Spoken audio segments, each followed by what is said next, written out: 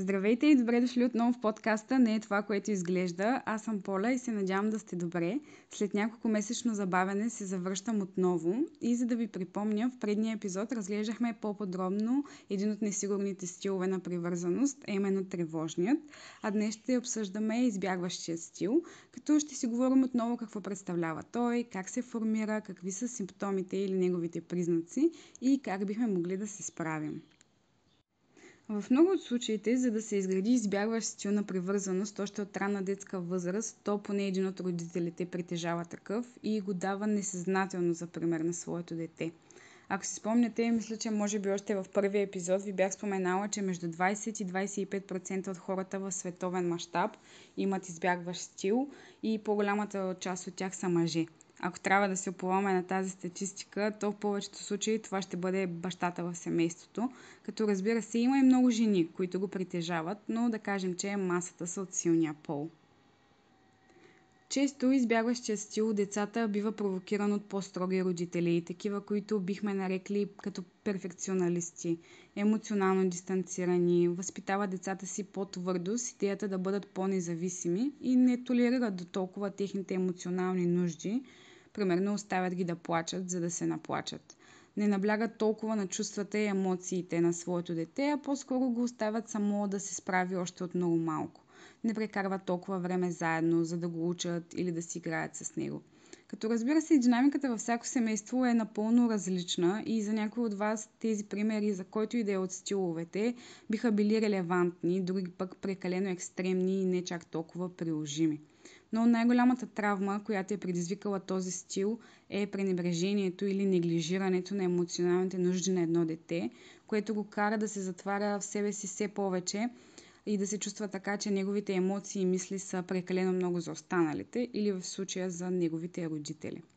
Като избягващият стил, както и другите два, имат дълбок страх и травма от изоставяне, но при тези с избягващият стил се проявяват доста по-различно. Останалите страхове, които имат хората с избягващ стил, са уязвимост, близост, страх от разочарование и точно това кара тези деца в бъдеще, в своя живот като възрастни, да бъдат много по-самостоятелни и самодостатъчни, изглеждат уверени в себе си, но често биха били определени като по-хладни и студени личности, точно заради липсата от необходимост за споделяне. Доста често самите те не могат много добре да разпознават и да забелязват вътрешния си свят, държат емоциите си под ключ, особено ако са уязвими, такива като слабост или смущение или неуспех. Хората, които имат избягващ стил на привързаност, предпочитат да се доверяват единствено и само на себе си, за да не бъдат предадени или разочаровани, изпитват неудобство от споделяне на дълбоки мисли и чувства и избягват емоционалната интимност с хората около тях. В повечето случаи неглижират своите собствени нужди, каквито и да са те, сякаш изобщо нямат такива, просто защото усещат, че са прекалено много или са бреме за околните. И точно заради този страх от разочарование, те не търсят утеха от останалите. Трудно им е да поискат помощ, затова се опитват да направят всичко сами. Доста често изглеждат силни, много независими, добре умеят да контролират собствените си емоции и придават вид, че много бързо могат да се справят и преодолеят с тежки ситуации, защото са изкушени от това да могат да потиснат трудните емоции и да не се вглъбяват в тях.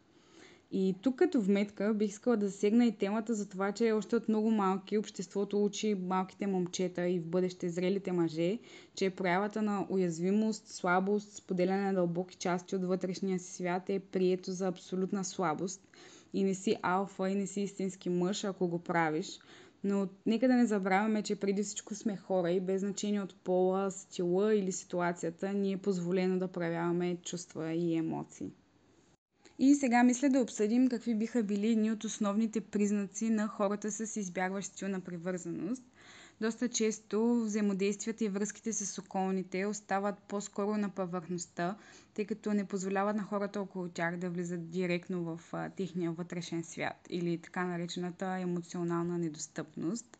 Някои от най-силно изразените симптоми на хората с избягваща привързаност са силно чувство и нужда от самостоятелност и автономност, избягване на всякакъв вид конфликти или дистрес с семейство и приятели, просто защото конфликтите пораждат негативни чувства и ни карат да сме уязвими.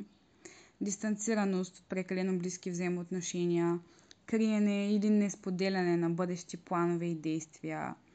Много често хората с избягваща привързаност рационализират ситуации и гледат по-логично отново с идеята да не им се налага да бъдат уязвими. Често потискат чувствата си и се затварят в себе си, точно както са правили в детството си. И това не се отнася за всички, но не могат да усетят или да разберат останалите и техните емоционални нужди, защото самите те не познават своите собствени. И това ги кара да се поставят в неудобни социални ситуации и се чувстват задушени от емоциите на околните. Не търсят много дълбок контакт или уют при техни близки, отново заради склонността си към независимост. Но всички тези симптоми са предизвикани от техните тригъри, които ги карат да се чувстват уязвими, а за хората с такъв стил това е доста неприятно и те са принудени да използват тези стратегии за справяне. Главните тригъри, които можем да забележим при човек с такава избягваща привързаност, е да бъдат зависими от някой друг, да бъдат критикувани, да губят контрол в непредсказуеми ситуации, това да усещат, че хората имат прекалено големи очаквания и изисквания към тях и да им бъде нарушен вътрешния баланс и спокойствие.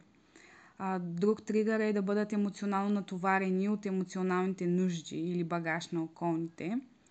За сравнение, другият несигурен стил, тревожният, е точно обратен на избягващият. Веднага като пример мога да ви дам разрешаването на конфликти, където хората с тревожният биха искали конфликта да бъде разрешен мигновенно, а хората с избягващият ще предпочитат да го избегнат.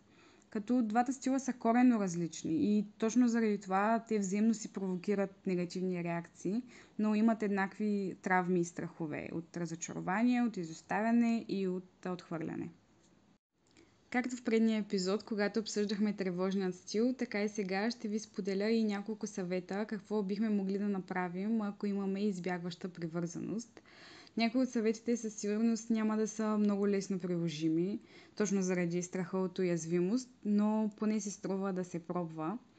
Първият и най-важен съвет е да разпознаете своите моменти, в които изпитвате тригъри и да разберете точно защо се появяват и каква е вашата ответна реакция. Най-вероятно няма да могат веднага да се предотвратят симптомите, които можете да изпитате, но поне ще знаете и ще се разберете сами. Хората с избягваща привързаност и тези с тревожна не проявяват своите симптоми нарочно. Те се случват подсъзнателно, без дори да разберем в повечето случаи, но точно за това трябва да сме наясно какво точно ги предизвиква. Да забележим какво ни кара да се дистанцираме от околните и да прекараме малко повече време в познаване на себе си. Смятаме едно от най-важните неща, които можем да направим и да идентифицираме собствените си чувства. Другото доста важно е да общуваме директно и да изразяваме емоциите си на околните, да искаме помощ и подкрепа, защото все пак хората не са предназначени да се справят сами с всичко. Но, както ви бях казала и преди, стиловете на привързаност не са нещо, което ни определя на 100% като хора и реакциите ни ще бъдат различни в различните ситуации. Идеята е просто да се познаваме достатъчно добре. Надявам се този епизод да ви е бил интересен. В следващия ще си говорим за тревожно избягващият стил, а след това съм ви подготвила други интересни и разнообразни теми, които да обсъждаме. Чао и до следващият епизод!